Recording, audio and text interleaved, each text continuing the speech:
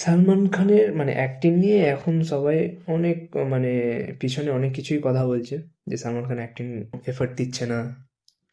আরে ওর ও যখনই সালমান খান যখনই লিপসিং করছে দেখুন একটা কেমন খাজা টাইপের লাগছে, বাট যখন চুপচাপ একটা অ্যাক্টিং করছে এই ক্লিপ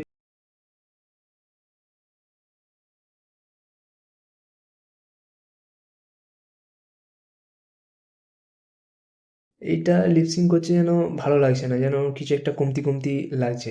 আরেকটা এই ক্লিপটা দেখো,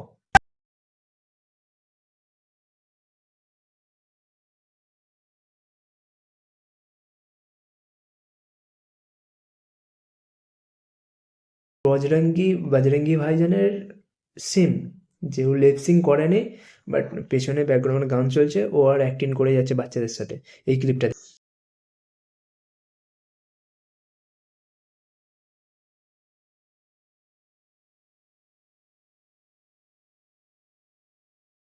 সালমান খান অ্যাক্টিং ভুলে যাচ্ছে। হ্যাঁ, ওর ফিজিক্যালি অনেক মধ্যে ভুগছে, ঠিক সবাই জানে যে কি কি সমস্যা আছে। তোমরা যদি না জানো তাহলে আমাকে কমেন্টে জানাও, আমি ঠিক জানিয়ে দেবো কি কি সমস্যা আছে, ওর কি প্রবলেম আছে।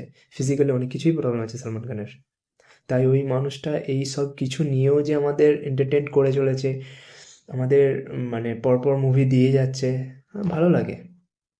এই বয়সে যে এরকম করে একটা ডেডিকেট আছে, যে জিমে যাই বলুক ও সামনে ফোকাস দেখে আগিয়ে যায়।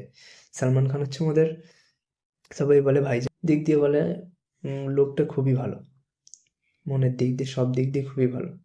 কারণ বাচ্চাদের ভালোবাসা সবাই পাশে যে হিসাবে থাকে খুব ভালো, আর যার পাশে থাকবে না সে জানে যে সালমান খান কি। আমার যেটা সালমান খানকে নিয়ে মানে ভালো লেগেছে, যেটা আমি দেখতে পেয়েছি গানের মধ্যে, আমি ওটাই বললাম। ঠিক আছে, আমি চাই না যে কেউ আমি জোর করে কাউকে খারাপ বলতে চাই না।